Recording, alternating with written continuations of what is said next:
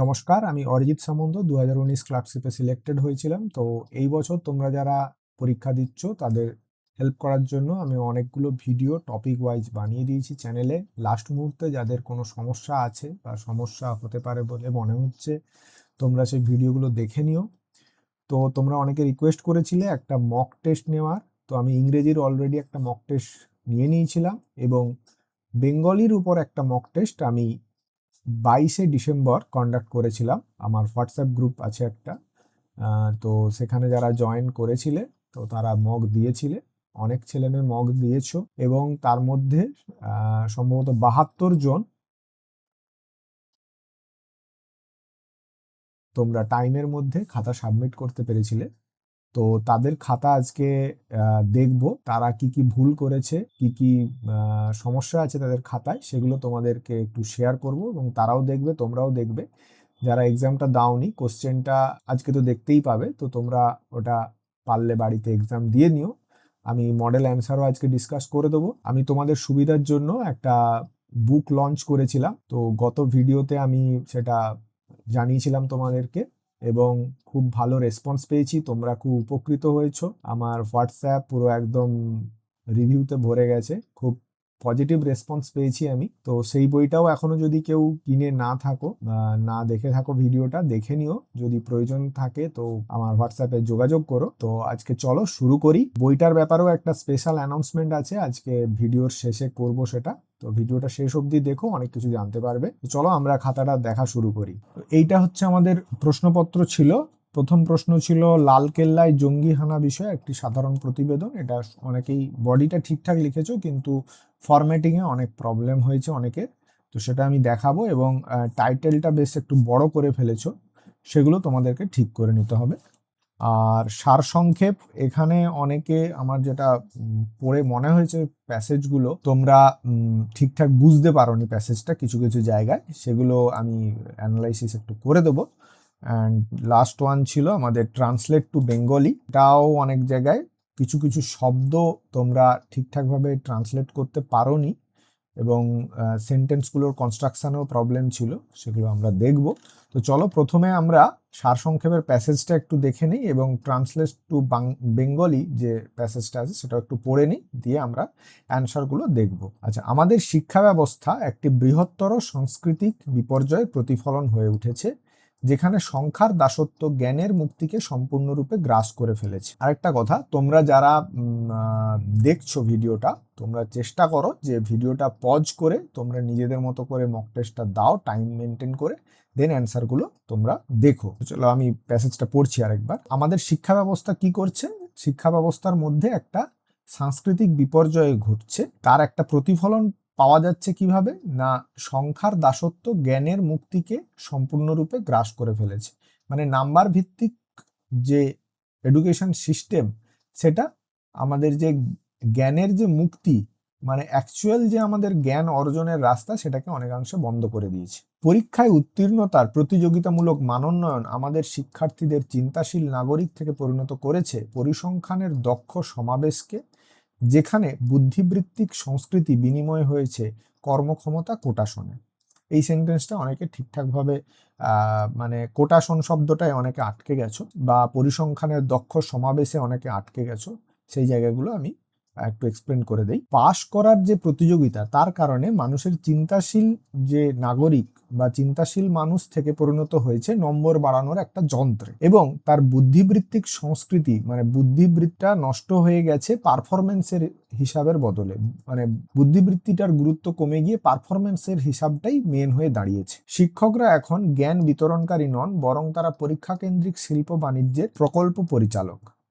শিক্ষকরা এখন জ্ঞান বিতরণের থেকে পরীক্ষায় কিভাবে নাম্বার পাওয়া যাবে বা পরীক্ষা কেন্দ্রিক যে বাণিজ্য, সেটাকে কিভাবে বিস্তার লাভ করা যাবে, সেই ব্যাপারে বেশি আগ্রহী।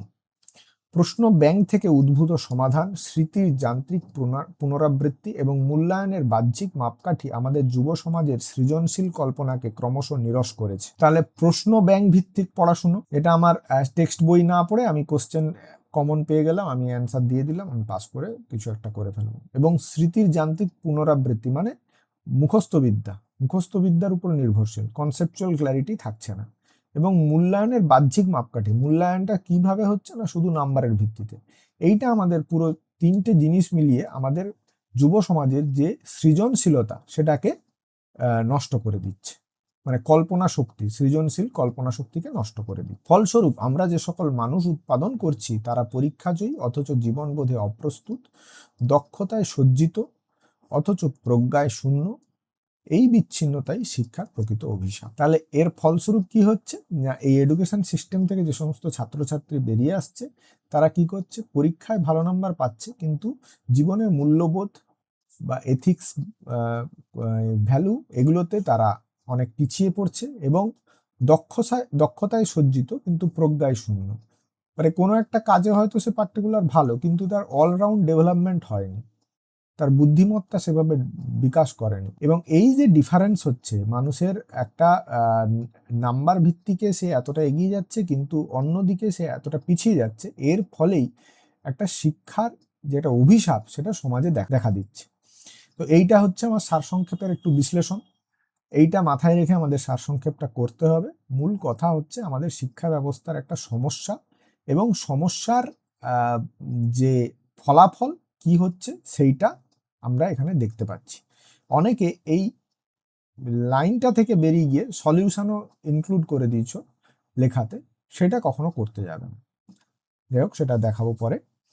আচ্ছা, ট্রান্সলেট টু বেঙ্গলি, এটা প্যাসেজটাতে অনেকে সমস্যায় পড়েছো, অনেক শব্দ নিয়ে একটু ঠিকঠাকভাবে করতে পারোনি। চলো প্যাসেজটা একবার পড়ে নিই। A true citizen is one who recognizes the sacred duty to protect and preserve the natural wealth of the nation. একজন প্রকৃত নাগরিক তিনি যিনি এটা উপলব্ধি করে যে আমাদের ডিউটি, আমাদের প্রকৃত কর্তব্যটা কি না, মহান কর্তব্যটা কি না, আমাদের ন্যাচারাল ওয়েলথ, প্রাকৃতিক সম্পদ, মানে দেশের প্রাকৃতিক সম্পদকে রক্ষা করা এবং সংরক্ষণ করা। আর এই জায়গাটায় অনেকে নেশনকে জাতি হিসাবে বলেছ, কিন্তু এটা কিন্তু দেশ বলতে হবে, এই সেন্সেই এটা বোঝানো হচ্ছে।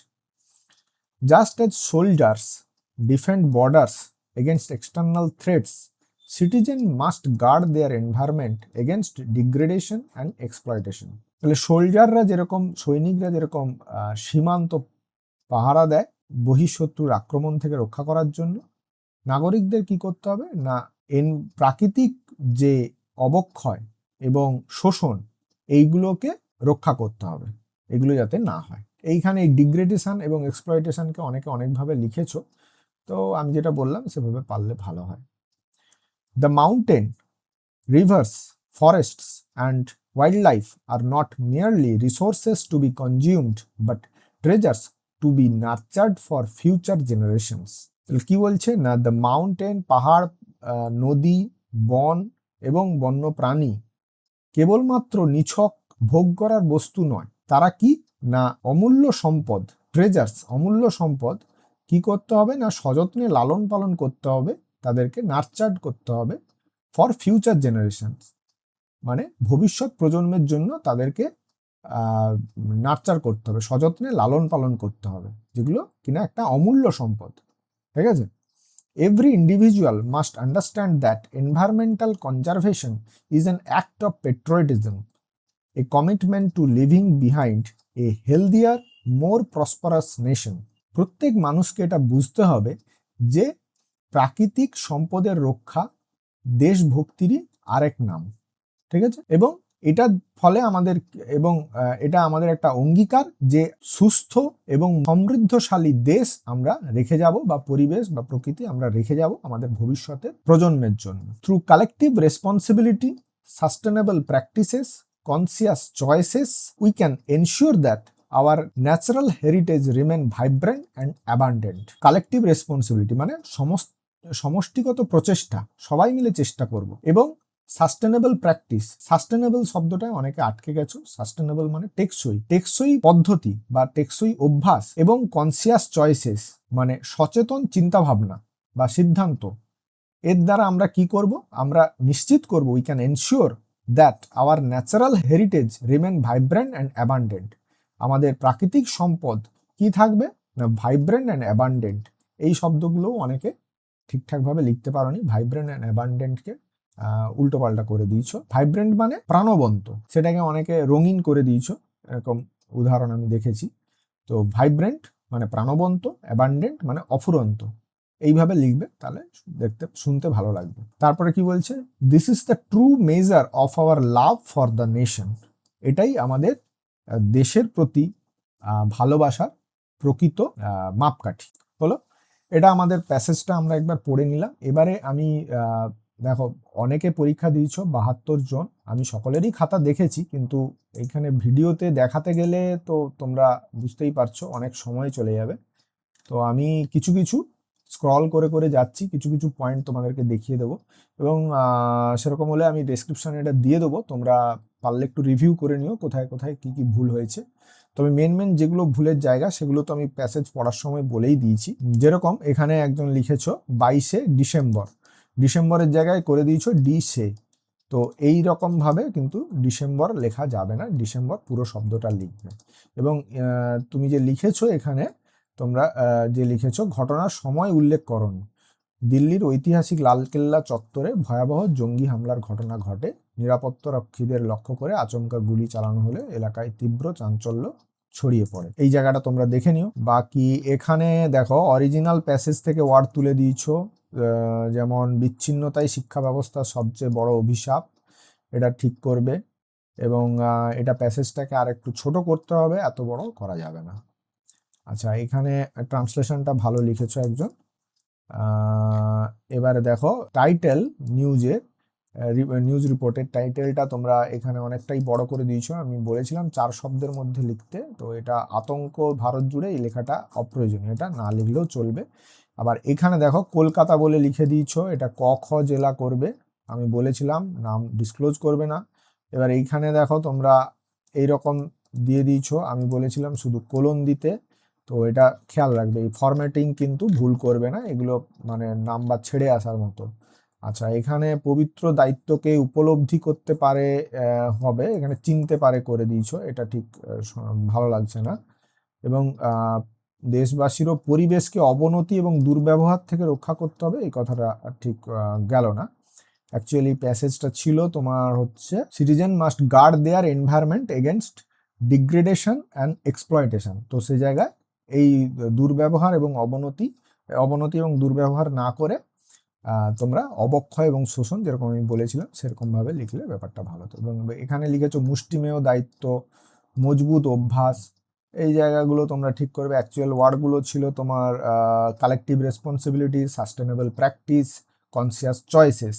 তো সেই জায়গায় এই শব্দগুলো ঠিক মানাচ্ছে না, তো এটা ঠিক করো। এনিওয়ে, তারপরে হচ্ছে তোমার এখানে নিজস্ব সংবাদদাতা উপরে চলে গেছে, সেটা ঠিক করবে। ক খ গ শহর লিখবে। আচ্ছা, 28শে ডিসেম্বরটা ঠিক লিখেছো।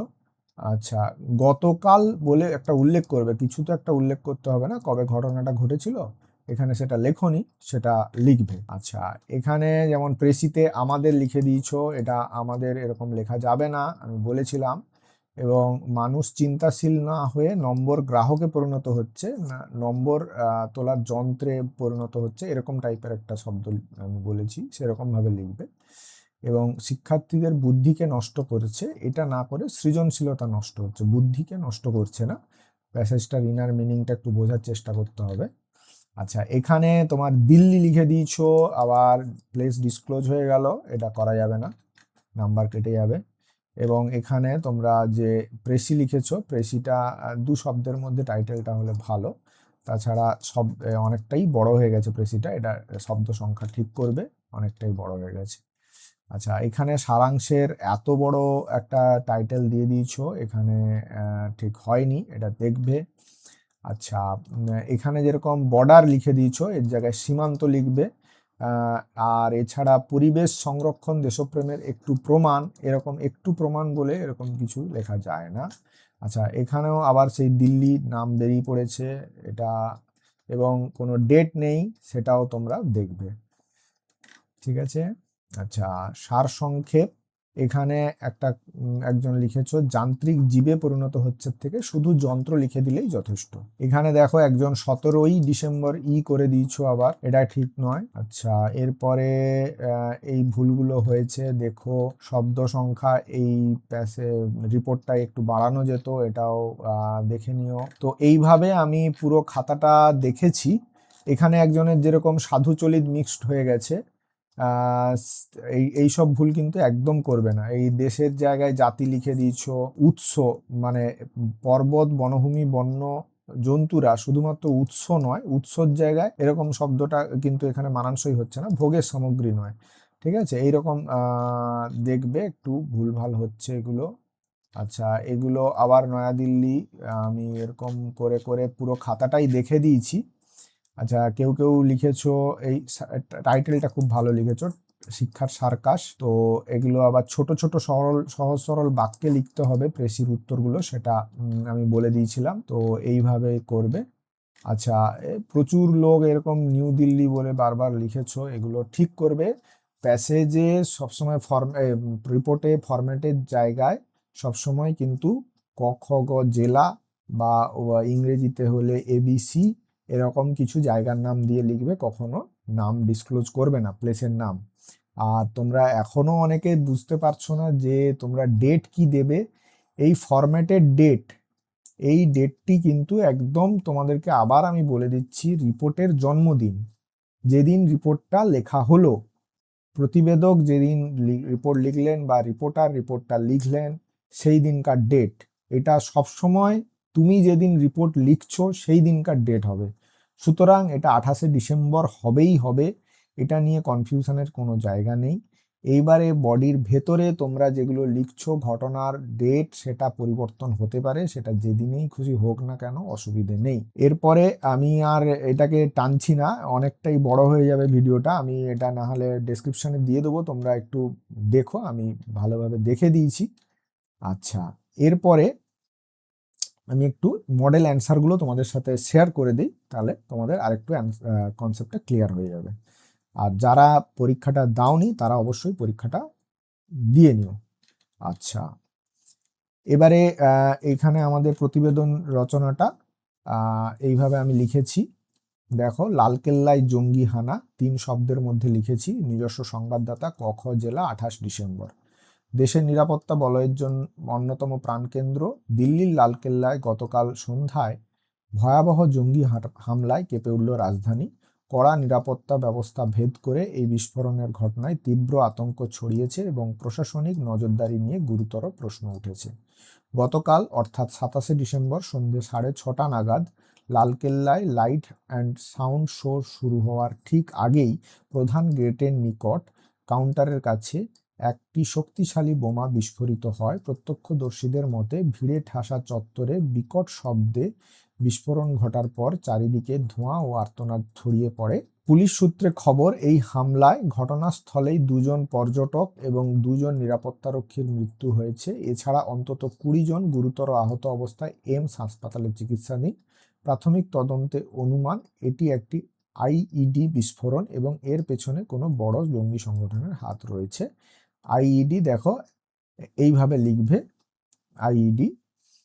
ঘটনার বা এরকম কোনো শব্দ থাকলে এইভাবে লিখবে। ঘটনার অব্যবহিত পরেই দিল্লি পুলিশ ও এনএসজি কমান্ডোরা পুরো লালকেল্লা চত্বর ঘিরে ফেলে এবং এলাকা সিল করে দেয়। স্বরাষ্ট্র মন্ত্রক জরুরি বৈঠক ডেকেছে এবং শহরের সমস্ত গুরুত্বপূর্ণ স্থানে হাই অ্যালার্ট জারি করা হয়েছে। প্রশাসনের পক্ষ থেকে দোষীদের দ্রুত চিহ্নিত করে কঠোর শাস্তির এবং নিহতদের পরিবারকে আর্থিক সাহায্যের প্রতিশ্রুতি দেওয়া হয়েছে। তো এইভাবে আমি রিপোর্টটা লিখেছি। এবারে সারসংক্ষেপটা আমি কিরকম লিখেছি। শিরোনাম যান্ত্রিক শিক্ষা।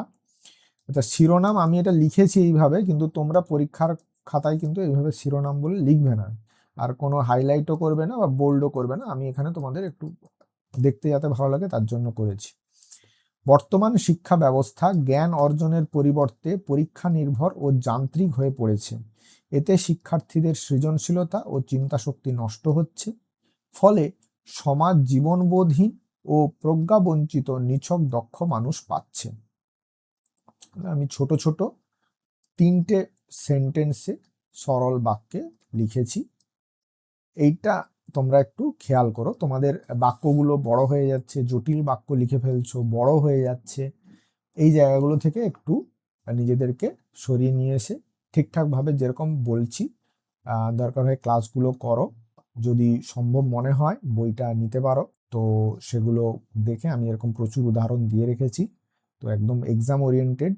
এরপরে বঙ্গানুবাদ, এখানে আমি পুরো সেন্টেন্স ধরে ধরে করেছি, তো তোমরা যাতে ভালো বুঝতে পারো। True citizen is one who রেকগনাইজেস sacred duty to protect and preserve natural wealth of the nation. একজন প্রকৃত নাগরিক তিনি, যিনি দেশের প্রাকৃতিক সম্পদ রক্ষা ও সংরক্ষণ করার পবিত্র দায়িত্বকে মনে প্রাণে উপলব্ধি করেন।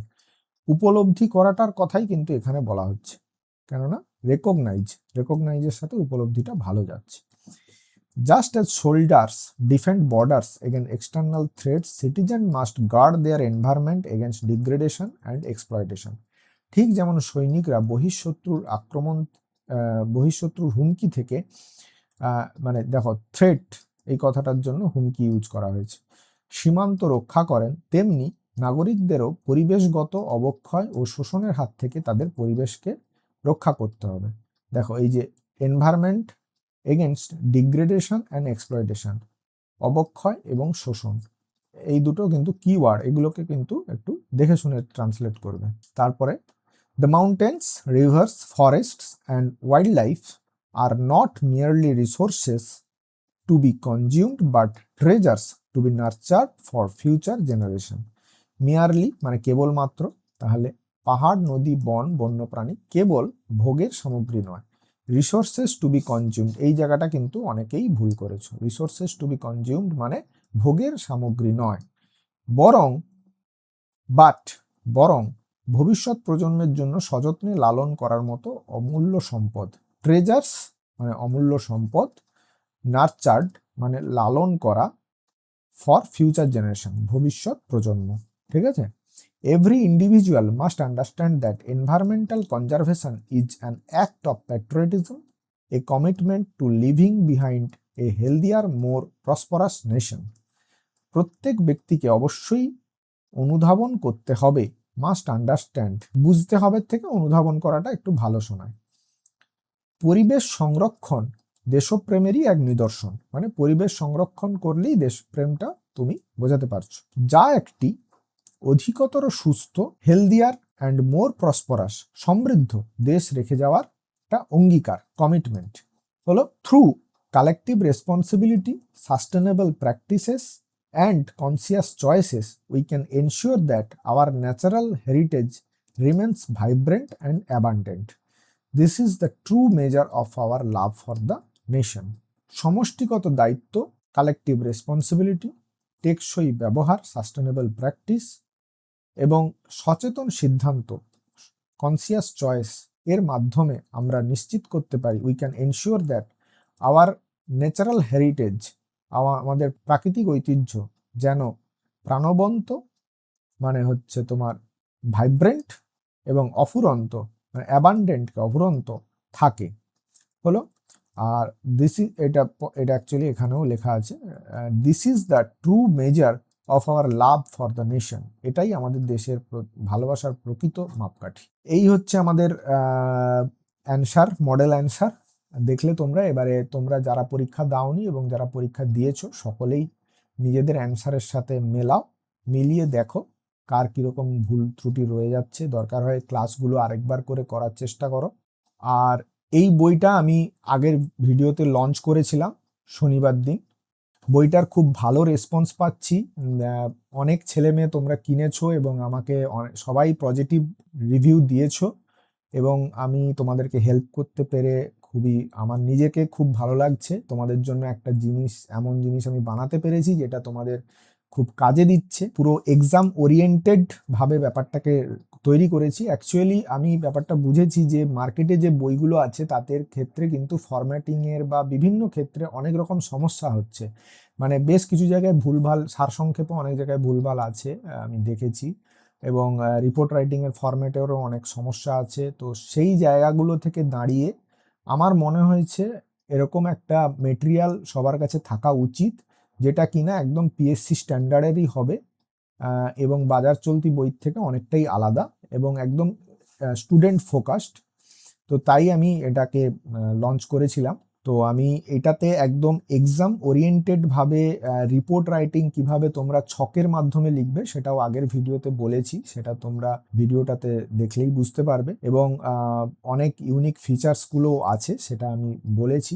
এবং তোমরা অনেকেই আমাকে প্রশ্ন করেছিলে বইটাতে কি কি রিপোর্ট দেয়া আছে, তো আমি সেই জন্য এই লিস্টটা তোমাদেরকে দেখিয়ে দিচ্ছি। এই টপিকের উপর রিপোর্টগুলো দেয়া আছে, যেমন তোমরা এসআইআর এর খোঁজ করছিলে, তারপরে অনলাইন গেমিং, ওমেন সেফটির উপরে একটা কিছু জানতে চাইছিলে, তারপরে তোমার বিএলওর উপরে সবই, বা আর্টিফিশিয়াল ইন্টেলিজেন্স সবই এখানে দেয়া আছে। এবং যতগুলো কনভেনশনাল যে টপিকের উপর প্রিভিয়াস ইয়ারে কোশ্চেন এসছে সবই সেই টপিকের উপর দেয়া আছে, বাংলা এবং ইংরেজি দুটোই দেয়া আছে। এবং ডেটা ব্যাংকে কি কি টপিকগুলো কভার করা আছে, gender and women issue, health sector, এগুলো দেয়া আছে। আর হচ্ছে এডুকেশন সিস্টেম, তার উপরে অনেক ডেটা দেয়া আছে। অ্যাক্সিডেন্ট ডিজাস্টার রিলেটেড ডেটা দেয়া আছে। তারপরে তোমার সিভিক ইস্যুর উপরে ডেটা দেয়া আছে।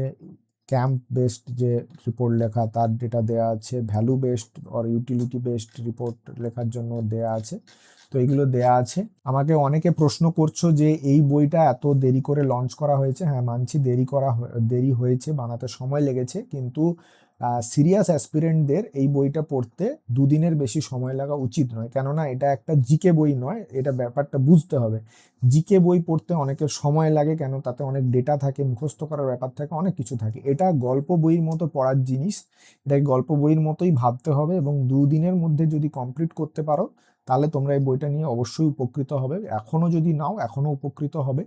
এবং দুদিনের মধ্যে এই বইটাকে কমপ্লিট করে তোমরা বইতে যে প্যাসেজগুলো দেয়া আছে সেগুলোকে চাপা দিয়ে নিজেরা লিখবে এবং মডেল অ্যান্সারের সাথে তোমরা কম্প্যারিজন করলে তোমরা বুঝতে পারবে যে তোমাদের কোথায় ভুল হচ্ছে কি না হচ্ছে। এবং ট্রান্সলেশনগুলো বিশেষ করে আমি বলবো অবশ্যই এই বই থেকে পড়ার চেষ্টা করো, কেননা ট্রান্সলেশনগুলো আমি খুব সুন্দরভাবে লিখে দিয়েছি। কোথায় স্টুডেন্টদের ভুল হচ্ছে সেই জায়গাগুলোকে হাইলাইট করেছি। টেন্সের ভুল, কোথায় কোন শব্দটা দিলে ভালো, যে ভুলগুলো তোমরা মক টেস্টে অনেক ছেলেমেয়ে করেছো। তো তোমরা হয়তো যারা কিনেছো বা কেনোনি, প্রত্যেকে চেষ্টা করো কিনে নিয়ে ব্যাপারটাকে পরীক্ষার আগে অন্তত একবার চোখ বুলিয়ে যাওয়ার। আর প্রচুর ছেলে মেয়ে দাম নিয়ে আমাকে প্রশ্ন করছো, তো আমি তোমাদের সকলের সুবিধার্থে যাতে আরো অ্যাফোর্ডেবল করা যায় বইটাকে, তাই আজ থেকে যারা কিনবে তাদের 149-এর বদলে 119 টাকায় আমি বইটার প্রাইস রাখছি এক্সাম পর্যন্ত।